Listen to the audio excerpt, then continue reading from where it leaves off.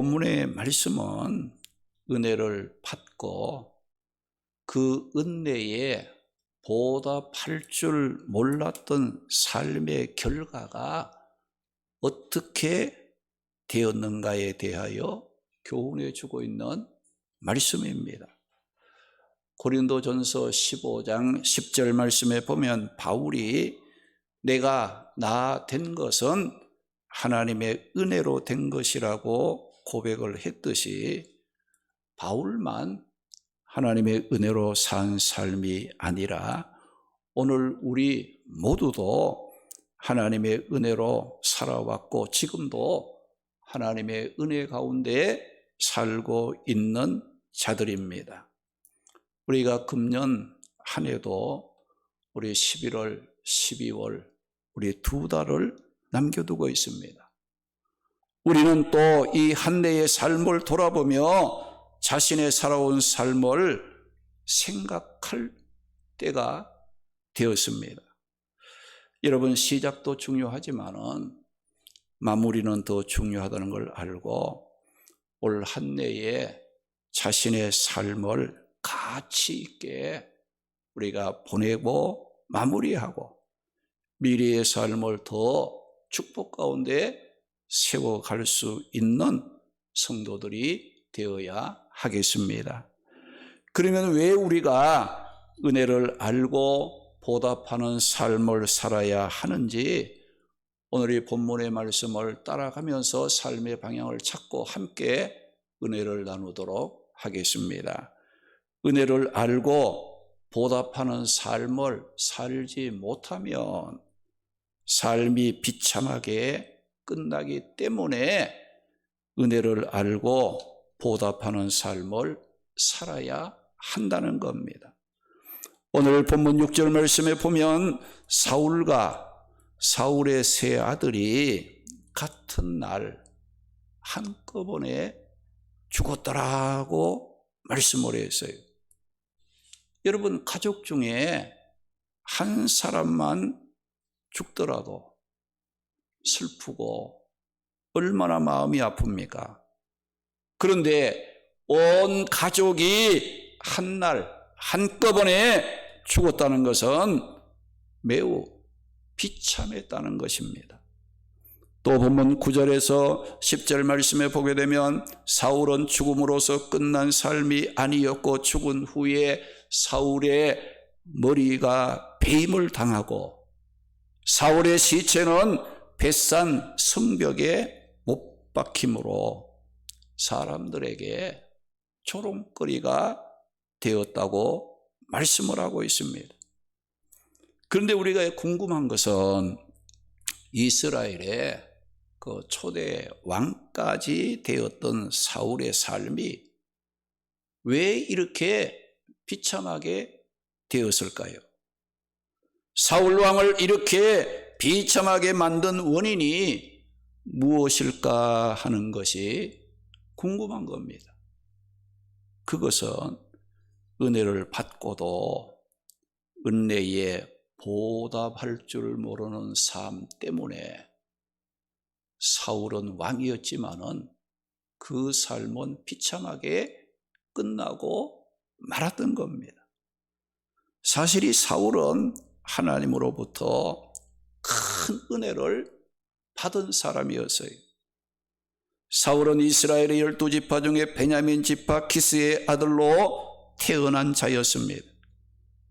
그런데 어느 날 이 사울의 아버지 키스가 암나기를 잃어버리고 근심을 했을 때 이 사울이 아버지의 잃어버린 암나기를 찾기 위해 두루 다니다가 누구를 만났느냐? 사무엘 선지자를 만나게 됐습니다. 그런데 하나님께서 사무엘 선지자가 사울을 만나기 하루 전날에 하나님이 사무엘 선지자에게 이런 말씀을 했어요. 사무엘상 9장 16절 17절 말씀 보게 되면 하나님께서 사무엘 선지자에게 내가 내일 베냐민의 한 사람을 네게로 보낼 테니 너는 그에게 기름을 부어 이스라엘의 왕 지도자를 삼으라. 그가 내 백성을 블레셋 사람들의 손에서 구원하기 위해서 내 백성을 다스릴 것이니라. 그 말씀을 해 주었어요.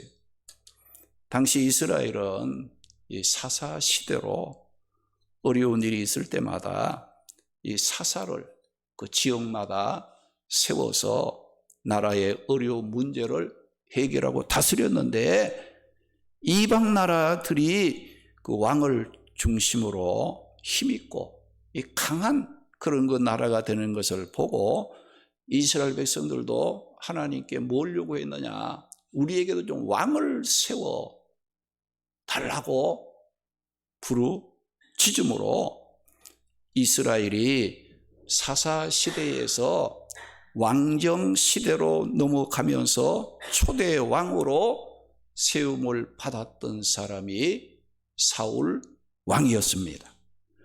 이렇게 사울이 이스라엘의 초대 왕이 된 것은 자신의 능력이 뛰어나서가 아니라 하나님의 은혜로 된 것입니다. 이렇게 사울이 하나님의 은혜로 이스라엘의 초대 왕이 되었다면 그 은혜를 알고 감사하고 보답하는 삶을 살아야 했음이 마땅했습니다. 그런데 이 사울은 하나님의 은혜로 이스라엘의 왕이 된 후에 어떻게 했다겠습니까?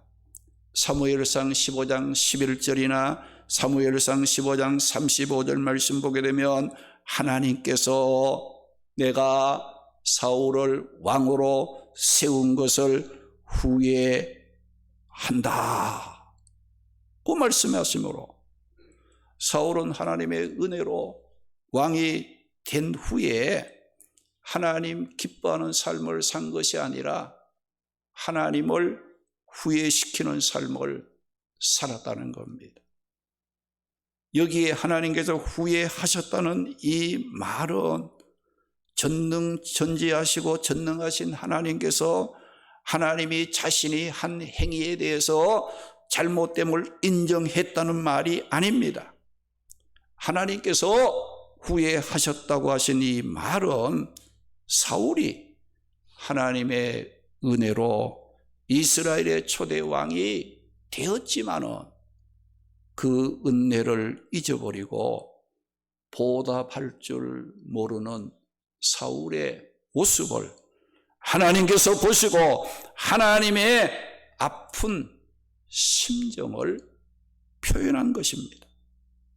그러면 사울이 하나님의 은혜로 이스라엘 왕이 된 후에 어떤 삶을 살았기에 하나님께서 내가 사울을 왕 세운 것을 후회한다라고 말씀을 했을까요? 사무엘상 15장 11절 말씀 보게 되면 내가 사울을 왕으로 세운 것을 후회하노니, 이렇게 사울은 베냐민 지파의 그런 이제 기스의 아들로 태어나서 왕이 되었지만은, 그러나 그가 돌이켜서 나를 따르지 아니하고 내 명령을 행하지 아니하였음이라, 그 말씀을 했어요. 사울은 은혜로 왕이 되었지만 은혜를 베풀어 주신 하나님에게서 돌이키고 그 하나님을 따르지 않고 그 하나님의 명령을 행하지 않았다는 겁니다. 이 말을 한마디로 표현한다면 불순종하는 삶을 살았다는 거예요. 그런데 이렇게 은혜를 받고 하나님께 불순종한 사울을 하나님께서 어떻게 하셨다고 했습니까? 사무엘상 15장 22절 23절 말씀을 보게 되면 하나님께서 사무엘 선지자를 사울에게 보내서 이런 말을 했어요.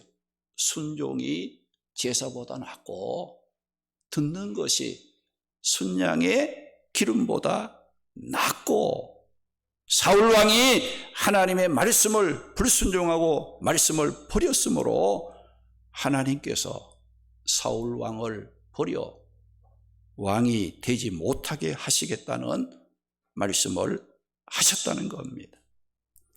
오늘 우리 성도들은 어떤 자들입니까? 사울만 은혜를 받아서 왕이 된 자였습니까?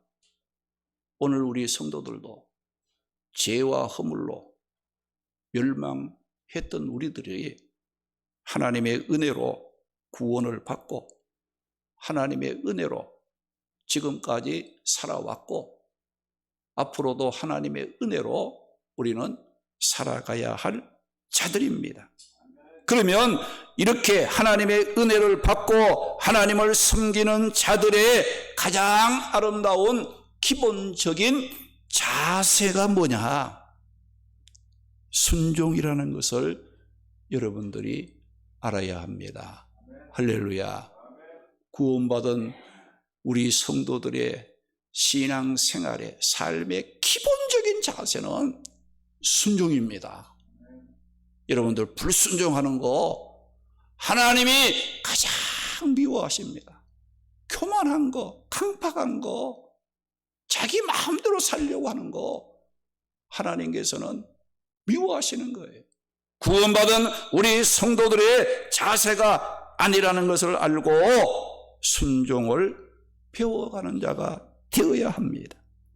그래서 사무엘 선지자는 그것을 한마디로 순종이 제사보다 낫다, 듣는 것이 수양의 기름보다 낫다라고 말씀을 하셨습니다. 아무리 웅장하고 훌륭한 의식을 갖추어 예배를 드리고 헌신을 한다 할지라도 하나님의 은혜를 모르고 교만하고 불순종하는 마음으로 드리는 그 모든 예배와 헌신은 말씀에 순종하는 삶보다 못하다는 거예요.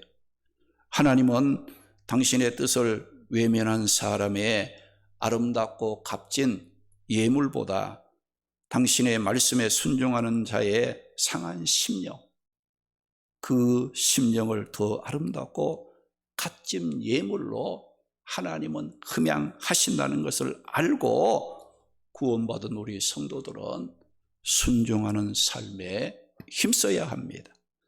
이렇게 사울은 베냐민 지파 기스의 아들로 태어났지만은 하나님의 은혜로 왕이 되었으나 사울은 왕이 된 후에 교만해졌어요.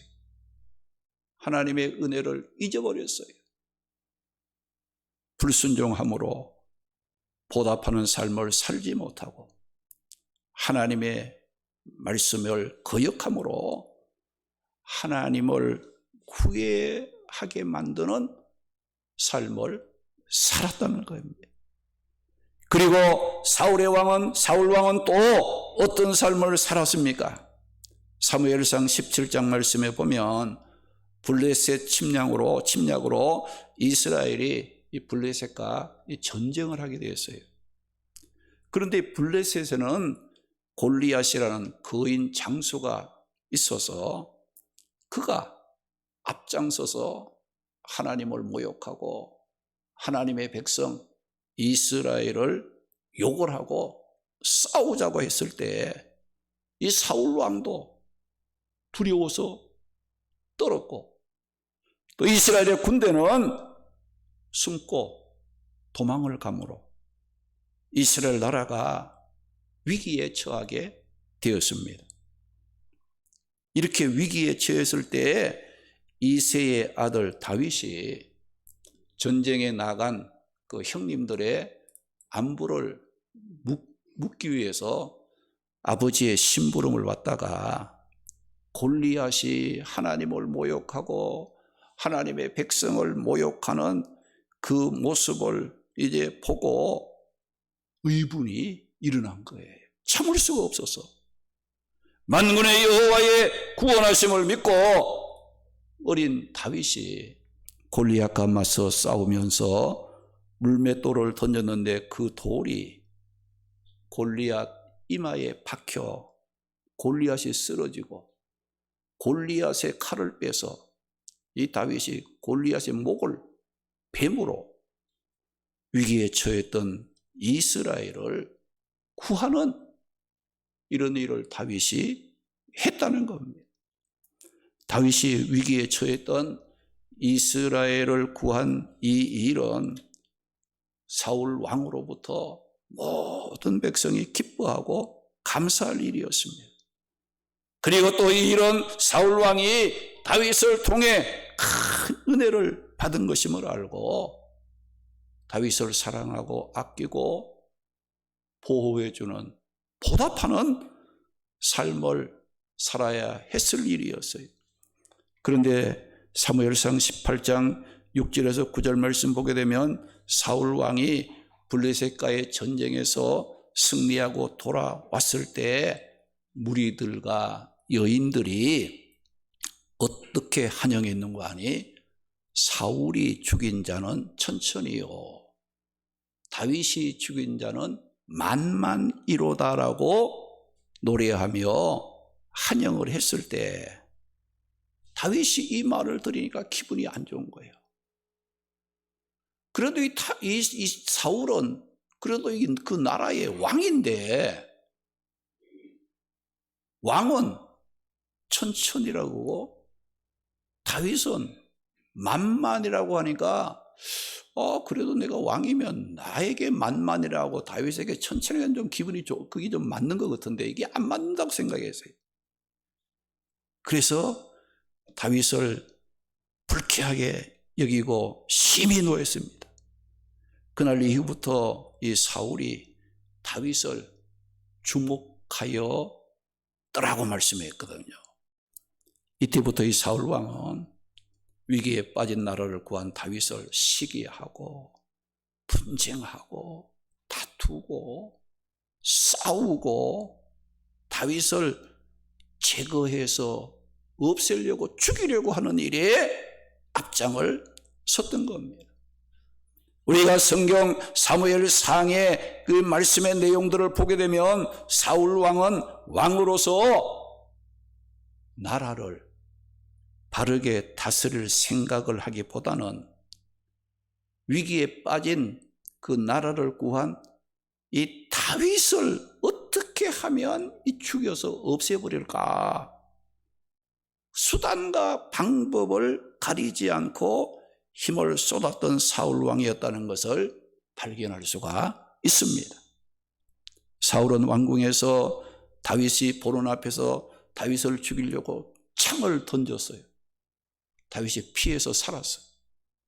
사울은 자기 딸을 다윗에게 주어 사위로 삼겠다는 미끼로 다윗을 전쟁터에 내보내어 적들의 공격으로 아무도 모르게 다윗을 죽게 만들려고 음모도 꾸몄습니다. 그리고 사울은 다윗이 어디에 있다는 정보만 들어오면 다윗을 찾아 죽이려고 수색을 했고, 때로는 수천 명의 군사를 거느리고 강야로 나아가 다윗이 숨어 있을 만한 곳을 수색하면서 다윗을 죽이려고 했던 사울 왕이었어요. 그러나 다윗은 몇 차례나 자기를 죽이려고 하는 사울을 죽일 수 있는 기회를 있었지만은 다윗에게는 어떤 생각이 있었느냐, 하나님이 그래도 자기를 죽이려고 하는 이 사울을 하나님이 기름 부어 세운 왕이기 때문에 내 손으로 하나님이 기름 부어 세운 왕을 해칠 수 없다, 이건 하나님 앞에서 해서 안 될 일이라고 생각을 하고 몇 차례나 이 다윗은 사울을 해할 수 있는, 죽일 수 있는 기회가 눈앞에 있었음에도 불구하고 해치지 않고 살려주었던 거예요. 사실 다윗은 사울 왕에게는 나라를 위기에서 구한 구국 공신이기도 하고 자신의 생명을 살려준 은인과도 같은 사람이었습니다. 그런데도 사울 왕은 그런 은혜를 베풀어준 다윗을 시기하고 죽이려고 집요하게 추격을 하고 찾아다녔어요. 이렇게 사울 왕은 다윗을 통해 큰 은혜를 받고서도 은혜를 알지 못하고 사울을 시기하고 사울과 분쟁하고 다투고 죽이려고 함으로 받은 은혜를 헛되게 만들고 말았습니다. 사실 다윗이 골리앗을 이긴 것은 다윗이 훌륭해서 골리앗을 이긴 거 아니잖아요. 사실 이 다윗이 골리앗을 쓰러뜨리고 승리한 것은 전쟁의 승패는 칼과 창에 있지 않고 하나님께 있음을 믿었을 때, 하나님께서 그 다윗으로 하여금 다윗이 그 하나님을 믿는 그 믿음을 하나님이 귀하게 보시고 다윗으로 하여금 어떻게 승리할 수 있도록 물맷돌 하나이지만은 그 물맷돌이 완전 무장한 골리앗의 빈틈 이마를 치게 만들어서 그 골리앗이 쓰러지고 말았다는 거예요. 그러므로 사울이 다윗을 통해 골리앗을 이김으로 위기에 빠졌던 나라를 구한 것도 알고 보게 되면 다 하나님의 은혜로 된 것이라는 것을 믿을 수가 있습니다. 오늘 여러분도 우리 금년 한 해도 우리가 11개월째 살고 있고 또 12월이면 한 해를 보내게 되는데 지금까지 산 것도 여러분 보세요. 여러분이 수단이 있고 방법이 좋고 어떤 그런 것이 있어서 여러분 승리한 것 같습니까? 살아온 것 아니에요. 하나님의 은혜로 살았다는 거.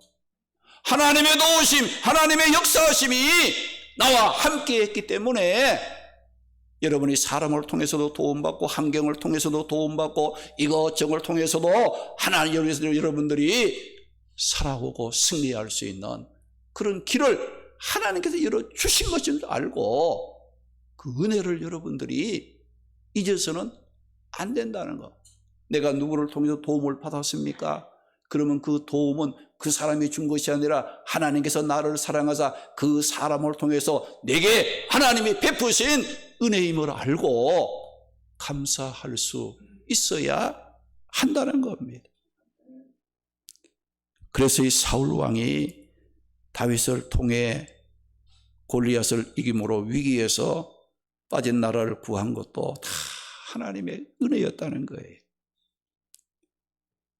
그러므로 사울 왕은 다윗을 시기하고 죽이려고 해서는 안 되는데 오히려 다윗을 사랑하고 다윗을 통해 나라를 위기에서 구원해 주신 하나님의 은혜를 기억하고 감사하고 보답하는 삶을 살아서야 마땅했던 것을 우리는 알 수가 있어요. 그런데 이 사울은 하나님의 은혜를 굉장히 큰 은혜를 받은 거예요. 이스라엘 초대 왕이 됐고요. 또 다윗을 통해 하나님께서 위기에 빠진 그 나라를 구하는 그런 일들, 은혜를 입었는데 이 사울은 은혜를 잊고 어떻게 했어요? 하나님을 근심시키는 거예요. 하나님을 후회스럽게 만드는 삶을 불순종함으로 살았고 다윗을 통해 위기에 빠진 나라를 구하는 그런 은혜를 입었는데도 불구하고 어때요? 그 다윗을 어떻게 하면 그냥 죽이고 없애버릴까 시기하고 질투하고 분쟁하고 다투는 일에 은혜 받은 후에 이 사울이 살았다는 겁니다. 그런데 마태복음 12장 25절 말씀에 보면 예수님께서 이런 말씀을 했습니다. 거기 보게 되면 예수님께서 이르시되 스스로 분쟁하는 나라마다 항폐하여질 것이요 스스로 분쟁하는 동네나 집은 서지 못하리라고 말씀을 했습니다. 자, 그러면 예수님께서 스스로 분쟁하는 나라마다 항폐하고 스스로 분쟁하는 집은 굳게 서지 못한다 하는 이 말씀과 사울이 지금 은혜를 받고 살아가는 그 삶을 이렇게 비교해 볼 때 사울이 잘 될 것 같습니까? 사울이 다스린 나라가 부강하고 축복을 받을 것 같아요? 다윗의 그 가정이, 그 집이 형통하고 복을 받을 것이라고 생각이 듭니까? 어렵다는 거. 그렇지 못하게 될 것이라는 감이 오지 않습니까?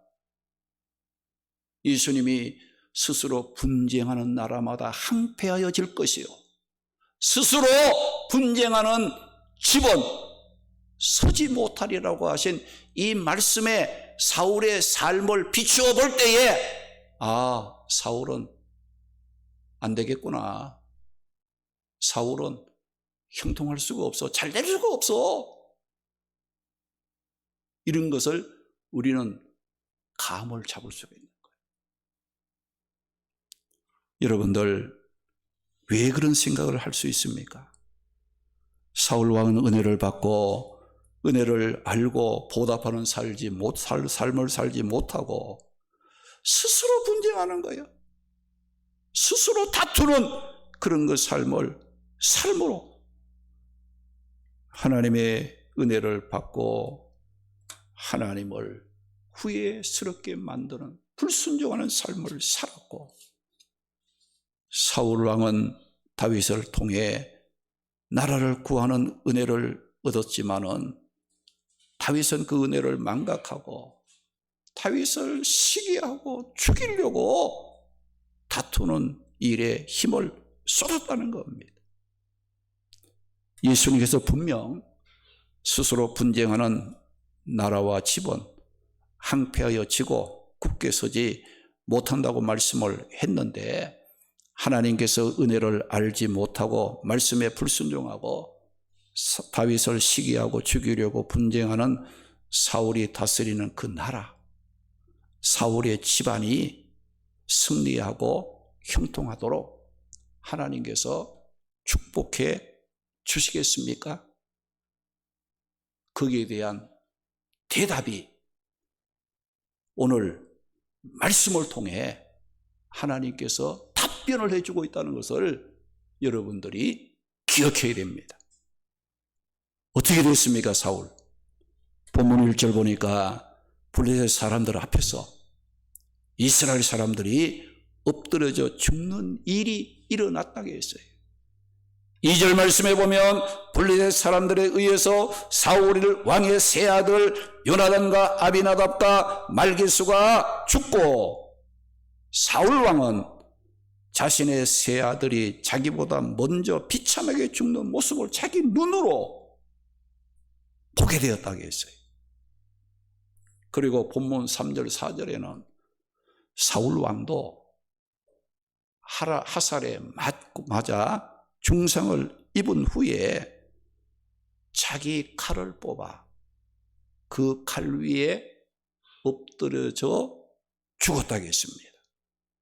그리고 본문 9절 10절 말씀에 보면 이 사울은 블레셋 사람들이 이 사울이 죽은 것을 보고 어떻게 했느냐, 사울은 그냥 죽음으로 끝난 게 아니고 죽은 후에 사울의 목이 잘렸어요. 목을 베었다고 했어요. 그리고 그 시체는 어떻게 됐느냐, 이 벳산이라는 그 성벽에다가 못 박아서 매달았다 이거죠. 사람들이 보고 초롱하게 만드는, 초롱하는 그런 그 모습으로. 그래서 이 은혜를 받고도 감사하고 보답할 줄 몰랐던 사울의 삶은 어떻게 된 거예요? 완전하게 패배를 당함으로 수치스럽고 매우 비참하게 끝나고 말았다는 것을 보여주고 있습니다. 고린도전서 15장 10절에 바울은 자신의 삶을 돌아보며 내가 나 된 것은 오직 나와 함께 하신 하나님의 은혜라고 고백을 하고 하나님께 영광을 돌리며 감사했다고 했습니다. 이사야 1장 2절 3절 말씀에 보면 하나님의 은혜를 받고도 은혜를 망각하고 보답하지 못했던 이스라엘 백성들을 향해 하나님이 매우 안타까운 말씀을 했어요. 어떤 말씀을 했는가 하니 소와 나귀, 짐승들도 자기에게 먹이를 주고 사랑해 주는 주인을 알아보는데 나의 백성은 깨닫지도 못하고 나를 거역하였다고 하나님께서 탄식하며 말씀을 했어요.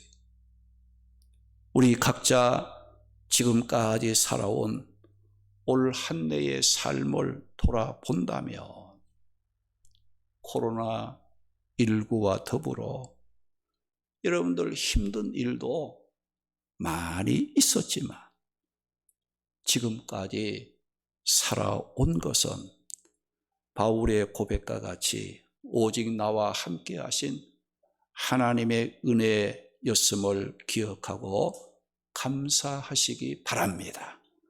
누가복음 15장에 보면 아버지의 은혜를 모르고 유산을 받아 집을 나갔던 탕자, 받았던 유산 다 허비하고 고생하면서 뭘 깨달았어요?